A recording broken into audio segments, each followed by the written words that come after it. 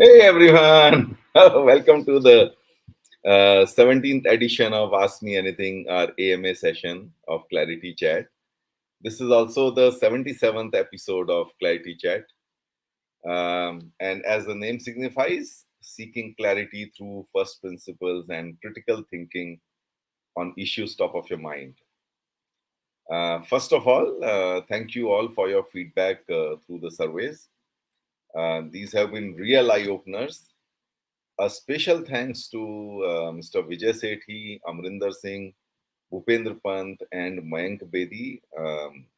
They have been on both sides of ClariTea Chat as guests as well as audience, and they were generous enough to participate in a 90-minute video session with me and gave their feedback, spoke their minds, and this feedback through surveys that we have collected, as well as through this focus group type of interaction.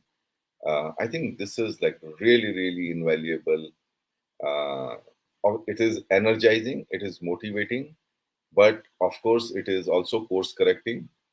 You know, as we go on a long journey, we develop those blinkers, and these feedbacks that you're sending my way, as well as the focus group sessions that we are doing, we're going to do more of them, different segments of ClariTea Chat stakeholders. As I said, um, for energizing myself, as well as for course correcting and enriching these sessions much further. So if you haven't taken the feedback survey yet, please do take it now. Now you must be thinking that for the past few sessions I haven't had any guests. I've been doing these Ask Me Anything sessions. The reason is this only, that 75 sessions on, I really wanted to take a bit of a pause, but not really lose the connectivity. Uh, and therefore, this entire endeavor of taking feedbacks, running some focus groups before we get the guests back on session. And the ideas that we have been throwing around are like, should we bring in individual guests? Should we do panel discussions? What sort of spectrum of leadership should we be bringing people onto the chat? So there are quite a bit of, what they call as manthan going on. Um, so till the time we are in that process, you have to bear with me and, my first principle answers to your questions. So, and of course, I love the free flowing AMA sessions and the stimulating and candid discussions when you seek insights on, managing uh, technology as well as things beyond technology.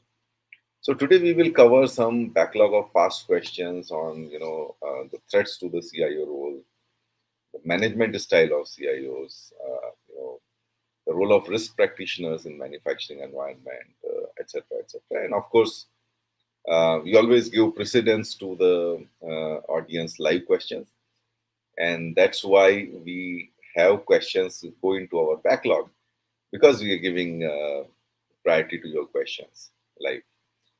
So Yeah, so please go ahead and ask any questions related to IT leadership or any chronic issue you have in mind. Any problem that you want to kind of get some perspective on, any enterprise challenges around technology. Well, I always offer it, but I haven't seen much traction on that. But I let me still offer it that you're welcome to come live with me with any discussion topic or case study. Anything complex enough which you think cannot be answered in a, you send a question and then I answer. Please offer to come live in the studio with me, and then my team will send you the URL where you can join us. Okay. So before we begin, just want to reiterate that this is an independent session, so the answers are absolutely honest. The case studies are real, and the approaches are practical based on first principles. So it's all experiences, no GAN. So before I go ahead, let me request my audiences to share your names and where you're joining from in the comment box of LinkedIn and YouTube. We have a very interesting and wide range of people from the industry on both sides, on the enterprise side as well as on the supplier side, who join these chats.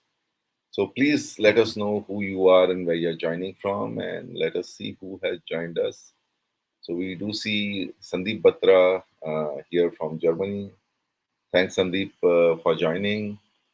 And Sumit, thanks for welcoming everyone. You're pretty consistent in doing that every session. And thanks, Satya, for joining. I know it's early morning in Texas, so and good to see you as a early riser. Okay, so let's start, guys. Uh, keep sending your questions. Start sending your questions, and I will pick them up. And let me start with the uh, a backlog question, which I've been trying to take up in from the past few sessions. Uh, this was this is from Amarinder Singh. It is, what are the threats to the CIO role? Okay. So where do threats come from? The threats come from when we become comfortable, right? Uh, Comfort zone, in my view, is the biggest threat. So I read an article recently, from as I was trying to answer Amrinder's question, um, decided to Google and came across this nice article in CIO magazine, which is about, like, what are the risks you are taking. So what are the risks you should take, as a CIO? And if you're not taking those risks, you're putting yourself at risk. Okay.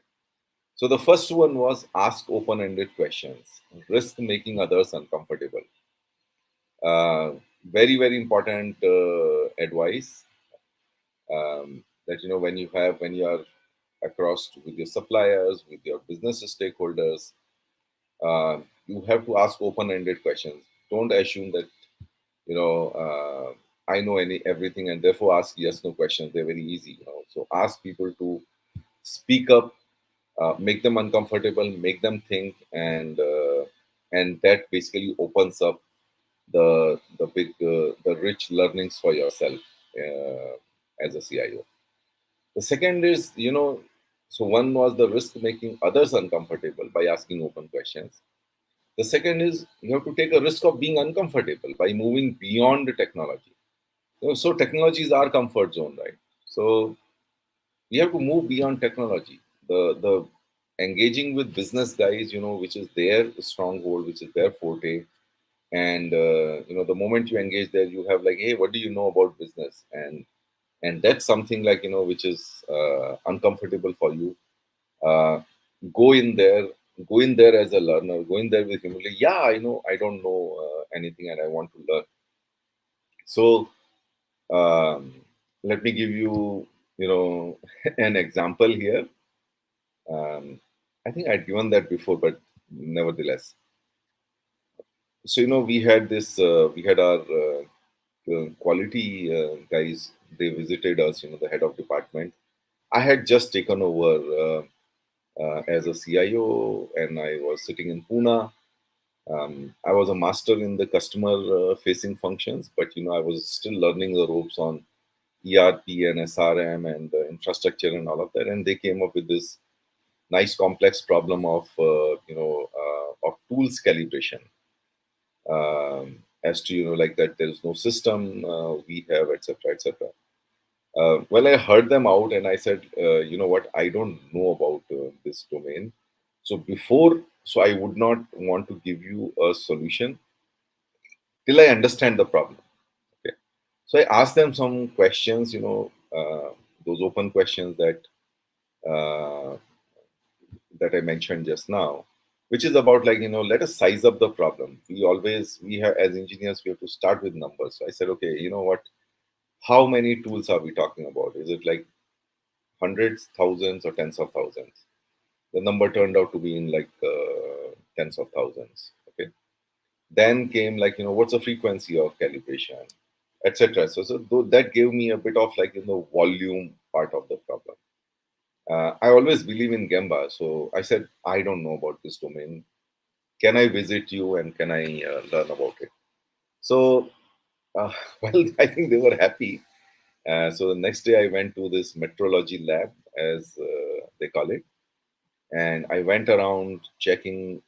So they gave me a good deep down tour of, and they answered all my questions around, like, how these tools are calibrated, what kind of data is inputted, what kind of data is outputted, what kind of compliance requirements are there. These calibration machines, they themselves have to go for calibrations once in a while. So I kind of figured out that, hey, you would need some data management for that as well. And when I came back, I had a much, much better understanding of that part of business. And through these Gambas, maybe a couple of them, one or two a month, gave me a much, much richer understanding of the whole thing. Right? When we were looking at, let's say, the IoT use cases, again, just spent one whole day going around the plant, uh, walking through each of the utilities, whether it is wastewater treatment, whether it is, water supply, power supply, diesel supply, even compressed air supply. And we just went around and we could first hand understand, like, what are the challenges and what is the size of the problem. Okay. So move beyond technology, risk being uncomfortable, get into domains you have not been there, primarily in the business areas. The third is focus on people, which is risk letting others disappoint you. So we all have a dearth of talent. Everyone has to take their bets on talent. I am the biggest example. I am not a traditional IT person, but my management, bet on me, trusting that I can deliver, and rest is history. So don't be in the comfort zone of, like, always going for tried and trusted talent. We all have a responsibility to bring up untested talent. uh, Trust our instincts. So trust people. Okay. Sometimes, sometimes giving them roles even when they are not trusted. I mean, even then we are not tested. So you have to trust, even if they are not tested. So and that well has a risk of letting others disappoint you. Well, I mean, no risk, no reward. Right? The next one is, like, risk being perceived as a wishful thinker, which is communicate your vision. Okay, communicate your vision. Communicate the how it connects with the business strategy, business vision. So don't shy away from communicating what you think and what you plan. Right? Otherwise, what happens when these things come in tidbits? They may not give a fuller picture to people. So if you really want to if you really want to stay relevant and have the confidence and trust of different parts of your organization, you have to be a communicator. Right? Well, at that communication sometimes puts you at a risk of being a wishful thinker. So be it. You have to take that risk, right? And finally, risk being perceived as failing. That means you have to embrace failures. This fail fast, experiment, and not always go for the safest, strategy out there. Uh, the risk is that people may say that you're failing, but yeah, I mean, no risk, no reward. Unless you risk a failure, you won't find the success. So these are the five, risks to the CIO role that I came across in this article. So just requesting my team to, put this link in LinkedIn and YouTube comments, so that all of you can also read that article at your leisure. But some a few more things that I want to kind of, from my own experience, want to add to this article is, you have to be connected to not just your organization's strategy but also your industry's development. Competition keeps you updated, keeps you refreshed. So leverage your competition and your larger industry to stay refreshed and track whatever is happening there. That's one way, your organization won't be left behind in terms of technology, and your job won't be at risk. The other thing is that, don't be comfortable with your position. We all tend to be in a comfort zone. I have seen people painfully. I've seen my fellow CIOs painfully realizing that, without they getting to know, someone on top of them has come as either as a chief digital officer or something, and probably many times it may be because of, like, just taking your position for granted, right, and being safe and secure in your position. And I think another one I want to add there is, treat your partners well. I think the most of the innovation, most of the knowledge generation that's happening is happening on the partner side of it. So collaborate with them, keep them in good humor, make them feel valued so that they can bring their best to you, right? So let's move on. I do see a lot of comments coming here. Let me go back to our audience. As I said, we'll give priority to the live questions. Let me bring in a few people before I start answering questions. So we have Pratanu here from Calcutta. Hi Pratanu, good evening. Thanks for joining. We have Raman Nag from Hyderabad. Thanks Raman for joining here. Uh, oh, we have Samiullah Khan, my old friend and roommate from telco days. Thanks, Samu. Thanks, Khan Bhai, for joining. I'll come to your question a little later. Okay. Uh, yeah. So I know you're joining from Dubai. Uh, Thanks for that. We have Pravir Kumar Sinha from Pune. Thanks, Pravir, for joining. We have Madhu from Nanda Group. Thanks, Madhu, for joining.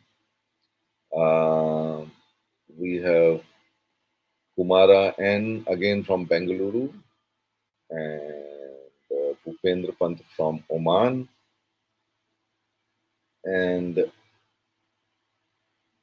we have Ashwini Tikku. Yeah, so he's validating that, sharing communication is important to express oneself. It also satisfies one's needs. I think beyond satisfying one's needs, Ashwini, it also, all of us are hungry for information, especially where it's relevant to us. We want to know, what our organization is doing, what our technology function is doing, and technology affects people very, very personally. So do not underestimate the need of information from people around technology function. So, I took that risk of,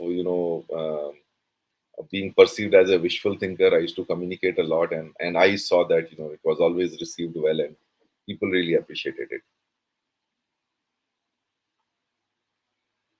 Okay, so let's take one question. Is it from Satya?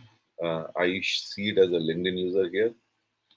Says you could turn the clock back to change one decision you have had to make in a leadership role. What would it be and why? Okay, if it is, to change one decision you've had to make in a leadership role. So this is a tough question because I'm a firm believer that, and I keep telling this to people. So we are playing a golf tournament there where we are winning matches, we are losing matches, and I always keep telling my team that what it couldn't have been any other way. So um, we make I mean, I always, for me, even the failures that I've had, even the bad decisions I've had, I think they have been massive learnings and massive recovery, massive recovery opportunities for us, massive course correction opportunities for us. Um, I remember one decision, where there was a big mismatch between my style and one of my, subordinates' style. He was a very, I would say, dynamic thinker, and also very hands-on guy, but of course a little uncomfortable with the strategy structures and all of that. And I can, it so happened the turn of things so happened, of course, with the various corporate pressures around, normalization and various other things that, uh, that he didn't accept the decision that we had for him, and he had to leave. Later on, as I reflected on it, I realized that it actually reduced a little bit of diversity in the team around the thought processes, um, and I am very uncomfortable when I am saying something and everyone is saying yes. If I don't hear a no somewhere, I feel that, like, I'm in an echo chamber.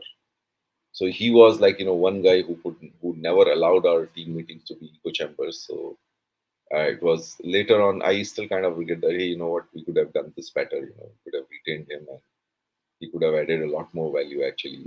Of course, with some mentoring, coaching, other interventions. See, no talent is ever perfect. We have to invest in them. We have to invest in their mentoring and in shaping, their skills as well as mindsets. And I think that's where that was one place where I felt that we could have done better. And of course, like, as a person, one of my biggest mistakes was leaving Tata Motors. I had worked really hard for a long time, for about 8 years, to set up the whole thing for an explosive growth. And just when it was about getting unlocked, I got plugged, and I sort of, like, had well, my assumptions were not out of place, but my research was. So I put my bets on G being a global powerhouse, but I didn't do enough research to know what kind of mess G actually was in, and how it could be disruptive. Uh, so I just kind of got, um, you can say, blindsided by the name of G. Okay. But of course, as I always say, whenever I had a chat with my friends on this, that if I hadn't taken that decision, the clarity chat wouldn't have happened. So, every door that closes opens a new door, and that's why I always say that it could not have been any different. Okay, let us move on to the next questions. Okay.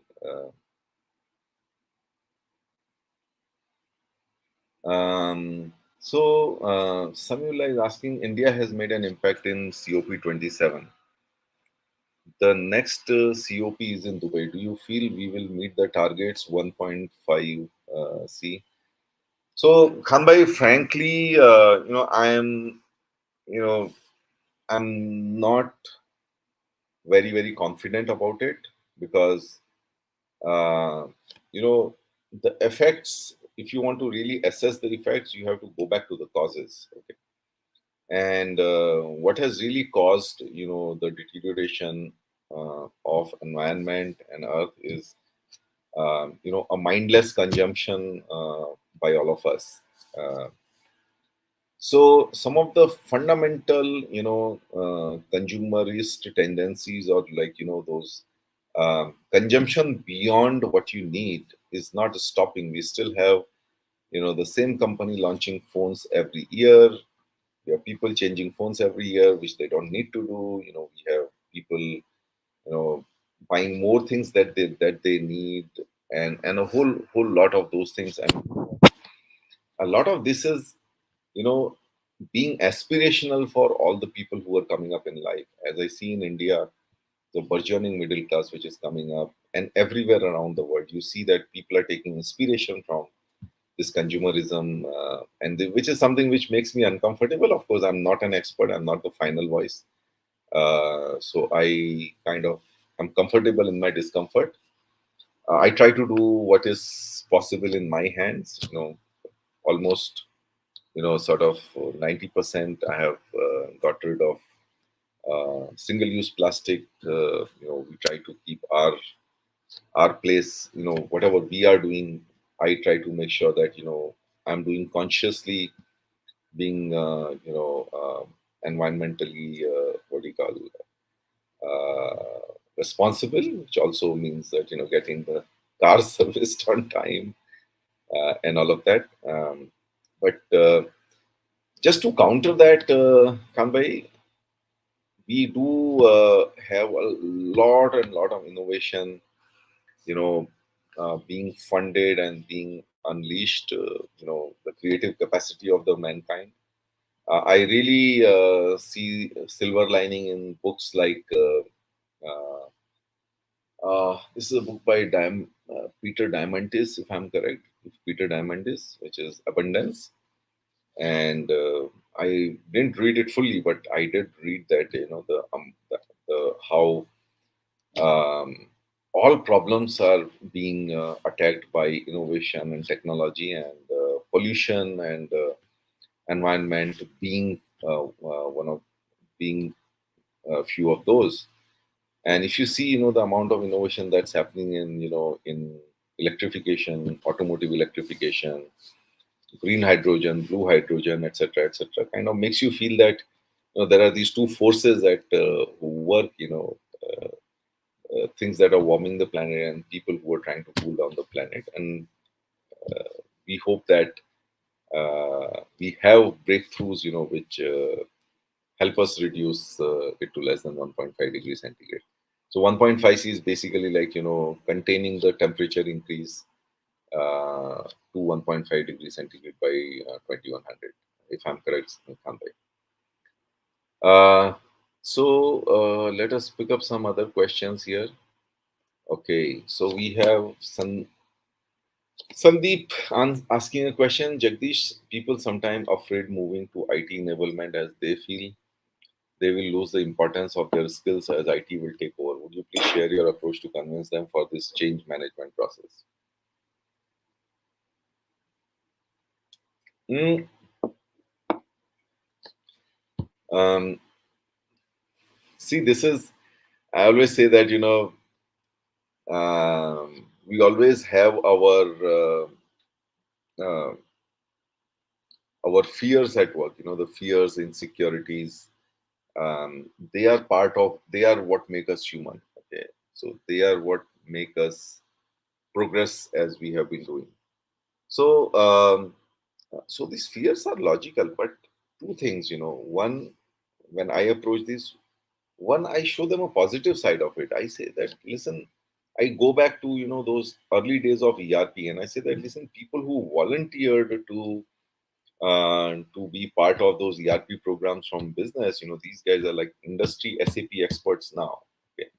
So it actually makes sense to be to adopt technology and to be at the forefront of it, even from a user side.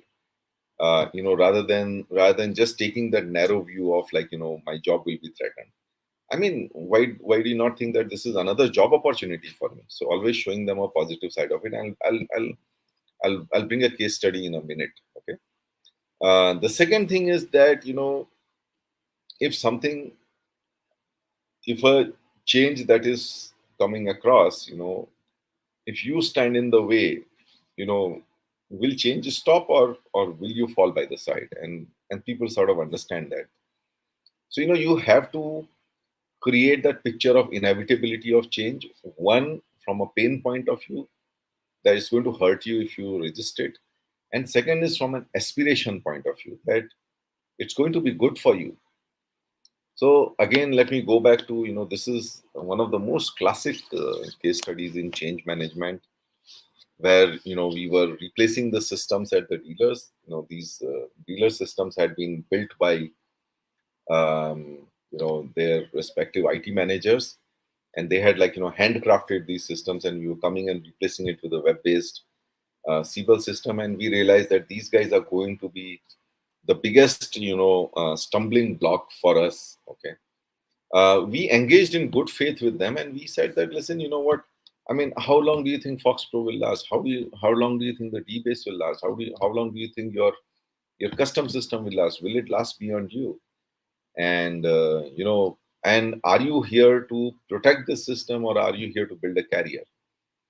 So we ran some special training programs for these guys, and we made them believe that, this is good, not only for the organization, not only for their dealerships, but even for them as people. And those people became the biggest adopters of that change. And today, you know, I have done a little bit of, sort of checking around, and many of those guys who really went deep into it, who adopted it, who evangelized it, and who made it successful in their respective dealerships, have then gone on to join larger companies. They've gone from a dealership to join large IT companies, and become automotive subject matter experts, or automotive aftermarket experts. And I've got enough of those examples. So, eventually um, we all get influenced with the storytelling. So you also have to bring out those case studies when we are having those conversations around, people who adopted these, and and then who did well. Um, so it's a mix, Sandeep. But yes, look at it from a threat point of view, look at it from an opportunity point of view, and then bring out the stories of success to get this done. Okay, so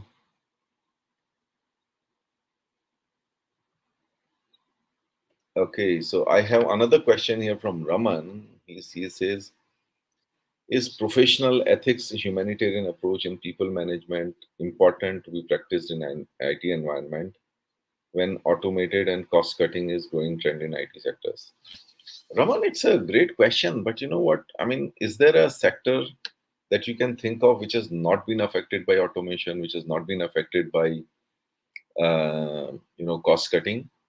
And can we really equate cost cutting and leveraging automation? Can we really equate it with professional ethics and humanitarian approach? Um, I don't think so. I don't think they're contradictory in nature.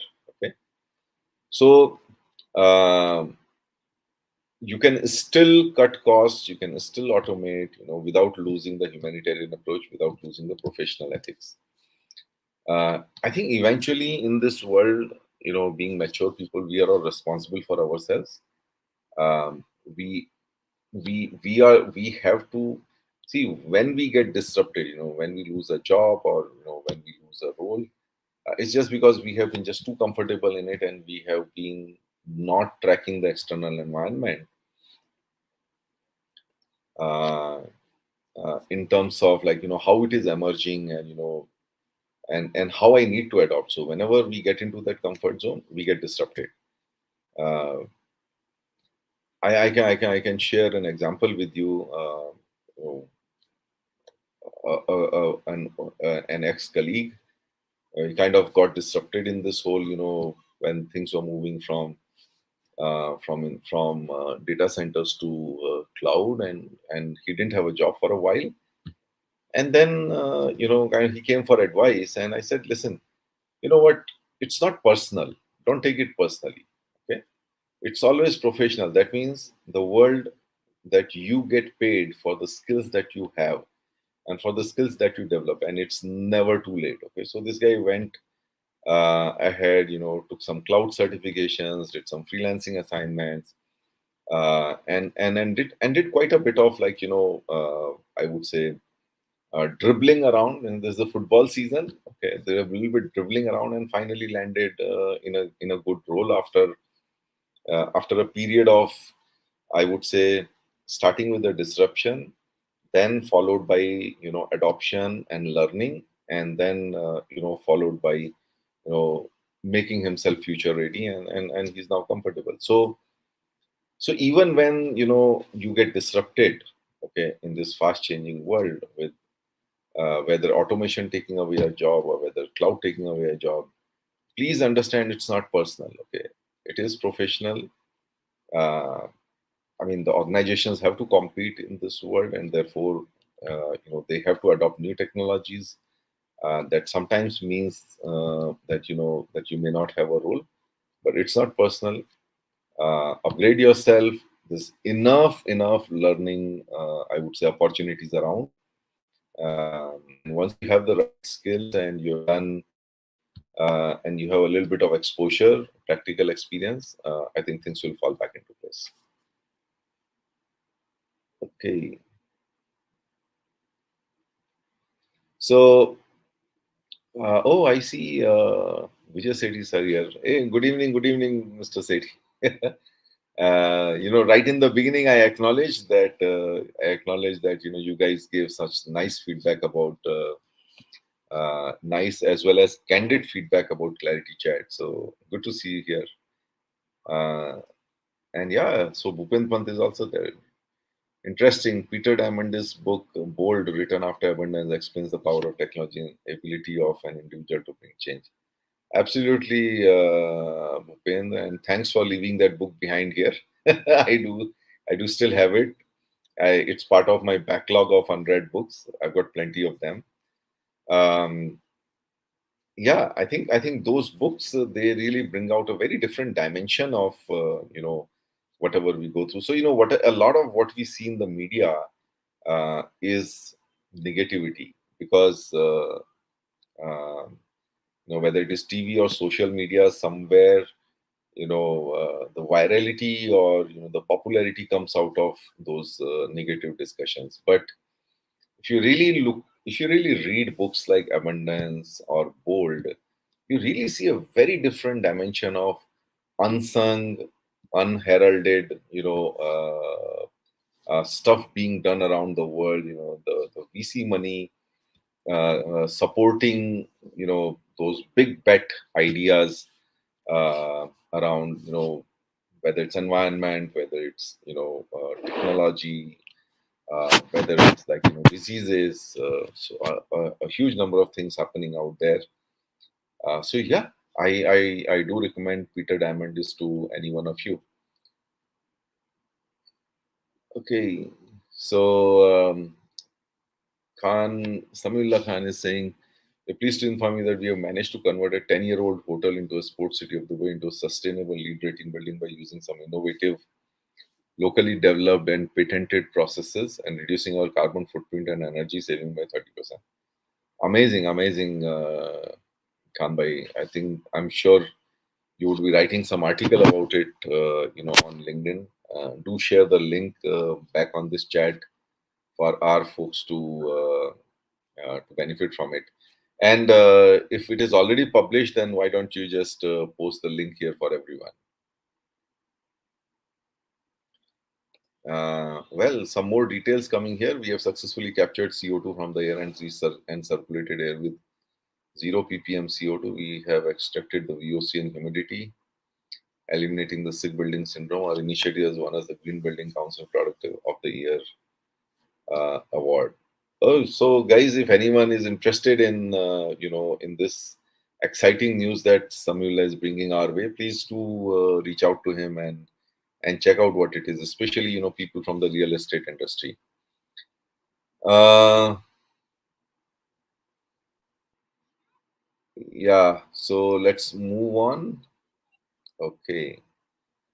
So we are at about 5:40 now. I want to end the session a little early. So let me just take a couple of more questions. Unless you have any questions, if any one of you has any Rapid fire questions. Any curiosities around? Initially, I spoke about the feedback on Clarity Chat, etc. If any one of you has any curiosities about it, please do ask. But I would like to, end the session a little early, because one of the feedbacks that has come my way is that 5 to 6 is not 5 to 6; it is 5 to 6:10 or 5 to 6:15 or sometimes 5 to 6:30. And that's one of the course corrections I want to do, is that to make sure that we don't go beyond 6. We adhere to the time that we publish. Okay. So let's go to the next question from Pawan Roy. He asked, should CIO's management style be macro or micro or mixed? Okay. So, the best answer I got for this kind of a question, there's always this conflict between micromanagement versus, surface management, or, like just being in the headquarters. Um, so I had Kalpana Maniar, the ex-CIO of Edelweiss and now a full-time volunteer with Isha Foundation. So she was on one of my early Clarity chats, and this question came. And she answered it in a very nice way. She said, any leader has to have both Garuda Drishti as well as Sarp Drishti. Okay, so Garuda is eagle, which is flying at hundreds of feet high, and then you have Sarp, which is the snake, who's like right on the ground with like entire body kind of listening to the signals.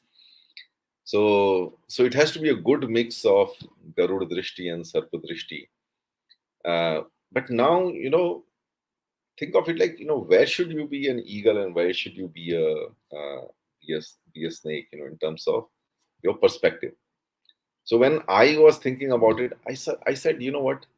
We got to be micro in terms of outcomes, okay, and macro in terms of empowerment.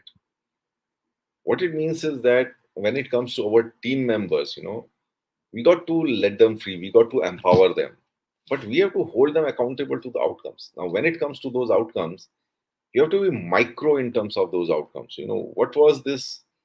So let's say I implemented a technology, right? So what is the amount of time it is supposed to have saved? What kind of throughput is it supposed to have increased? What kind of, let's say, productivity measures it was supposed to etc., etc. And then, going like deep down into, those outcomes, why they're happening, why they're not happening, but, leaving it to the team, keeping a sort of Garuda Drishti on the team which is delivering this. So let me again share a story with you. So I was visiting a plant, and I was visiting after a long time. So we had this whole case study about a lot of automation in our material gate. Okay, so so think of it. Each of the automotive plants is like bringing out hundreds of vehicles per day, and these hundred of vehicles, just imagine the supply chain which is running there in terms of how much of your incoming materials from suppliers is being inwarded, and then it goes to the respective warehouses, and then it gets converted into finished products. And so if you just do a back of the hand calculations, you will figure out that there's at least a minimum of a few hundreds of trucks every day. Okay, and that requires a lot of automation. So we used to really tout about what all we have done in terms of barcode scanning, and in terms of these consolidation, the consignment consolidations, etc., etc. So I went there, and I said, gosh, these guys, if I remember, it was Pantnagar plant, and these guys were like, they were really bursting at seams with the demand for Tata A's. And I was really keen that that the technology is working where it is supposed to work, which is where you have the highest demand. So I requested that I want to visit the materials gate and just check how it is working. Not surprisingly, I was dissuaded, and I said, let's do this first. Let's meet this guy. After a couple of diversions, I realized that something is not correct. So I insisted that no, you know what? That's my first priority. I want to check there because I know there's a big pressure point for you guys here, and I want to make sure that the technology is working here. So we went there, and we found that out of whatever X barcode scanners, Y were not working, a couple of printers were not working, and and so on. And conveniently, a lot of work had gone back to those manual ways. Um, I didn't really have to say much because people understood that I got the whole thing. I just told them that listen, where the rubber meets the road, that means where your IT has to make the impact, that is at the outcomes, which is, for example, in this case, the speed at which they are clearing a truck. Okay, I think that is where our our focus has to be really there. That whether it's happening as per what we promised or not. Rest of it, can be macro managed, but the outcomes have to be micromanaged, right?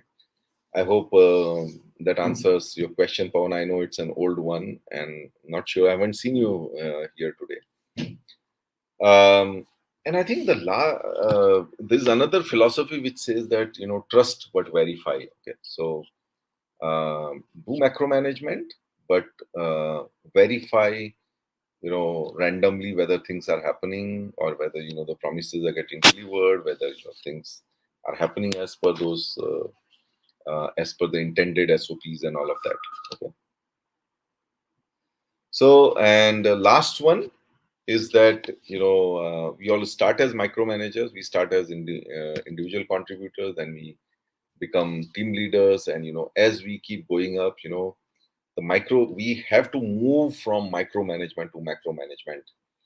And one thing that helps you in doing that is creating a team. Okay, so if you have the right team, you will not have to micromanage. If you don't have the right team, you will be pulled into managing in a micro way. Okay, so as you go up, mentor people, build a trusted team, focus on talent, and get the best people to do the job, not just do the job, but to lift themselves up and become your right hand, left hand men or women, right? So, just to summarize this question, you need to have a Garud Drishti and Sarpa Drishti, deciding where to keep Garud Drishti. That's in empowering people, don't get too micro there, and keep Sarpa Drishti in outcomes and in where it is creating the impact for your customers. Um, what helps you go from micro to macro as you rise up the ladder is building the right team. Okay. So let me see if somebody else is here, if there are any other questions. Otherwise, we will move towards wrap up.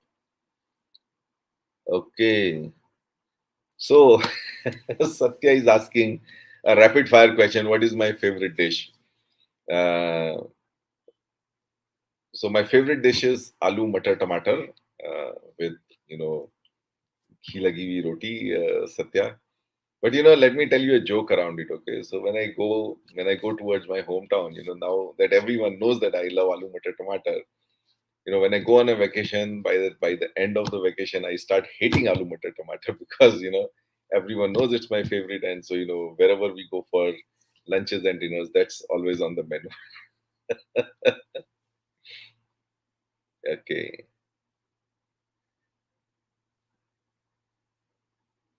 yeah. So Sumit, I do see you have posted a link there. Why don't you do one thing? Just the link, okay? Just reply to your own comment and put only the link, nothing other than the link, okay? So that will make sure that a link gets highlighted so that you can click and reach there, okay? Okay, so yeah. So let's move towards the end of the chat now. I wanted to keep a little bit of time for wrapping up. That is another suggestion that has come in your feedback, that let's wrap up the session by summarizing. So let's do that. Uh, what we looked at was the threats to the CIO role. The biggest threat is when you don't take any risks. So we discussed five risks: risk making others uncomfortable, risk being uncomfortable, risk letting others disappoint you, risk being perceived as a wishful thinker, and risk being perceived as failing. And how do you take those risks? By asking open-ended questions to your stakeholders, moving beyond technology to business, focusing on people, communicating a vision, and embracing failure. Uh, One decision you would like to roll back, actually two of them. One was like, losing someone who was providing a, very, very different point of view in a leadership role under me. And of course, like, the other one was like, getting out of Tata Motors, not doing enough research and not doing my due diligence. But no regrets about it, because otherwise the clarity chat wouldn't have happened. One of the things that wouldn't have happened, right? The other thing that wouldn't have happened is flock and go. We discussed a little bit about the COP. I shared my thoughts to Samiullah Khan's question, that there are there are two competing pressures out there. One is, the increasing consumerism and the aspirational lifestyle that millions and billions of people are sort of rising up to, and that's kind of being countered by all the innovation and technology and creativity that's going into saving our earth. So uh, let's see which way the balance gets tilted. Um, so then we talked about the aspects of humanity versus ethics and all of that, and people losing jobs and also. So we discussed about, like, not being in the comfort zone, always being future ready, assessing the environment and upgrading ourselves, and adopting, and biggest most important thing, not taking it personally, right? Of course, there was a book recommendation from Bhupendra by Peter Diamandis, Bold.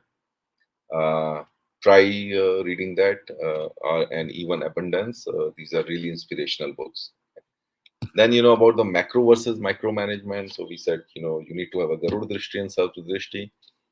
Garud Drishti for for managing your teams, the how part of it, and having a Sarv Drishti for the outcomes, and getting the right team, building the right team for going from micro to macro. Okay, so that kind of sums it up. Let me see if there are any if there are any last questions or comments. So there's another rapid fire from Sandeep. Uh, Favorite book? So Sandeep, my favorite business book, which I recommend to people and which I've sent to some of my customers also, is Built to Last. This is a book about the companies which have survived beyond a century, and the research on how the companies have survived, geopolitical, technological, and generational, I would say, disruptions to still remain relevant, is encapsulated in that book. It's called Built to Last. I'll put it in the LinkedIn comments.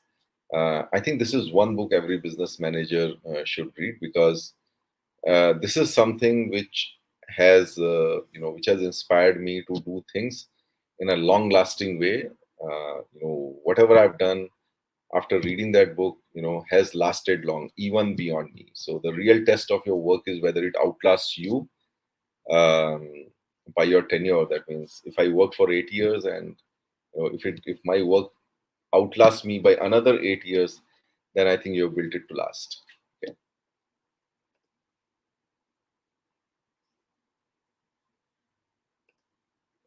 Okay, I sort of understand that LinkedIn does not allow hyperlinks. I'm surprised at that.